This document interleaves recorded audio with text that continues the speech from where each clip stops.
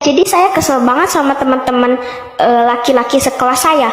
Mereka itu pas mau ke masjid, ke kantin, pas lagi istirahat, lagi jam pelajaran, lagi ada guru, pasti mereka itu nggak lupa sama kata-kata "Oi, kiyomasa, nande, gambare, bakarar." Yang asalnya mereka itu nggak suka wibu, sekarang mereka jadi wibu. Gara-gara "Oi, kiyomasa, nande, gambare, bakarar." Sampai semua temen cowok sekelas saya itu ngomong itu semua. Setiap hari bosen banget saya.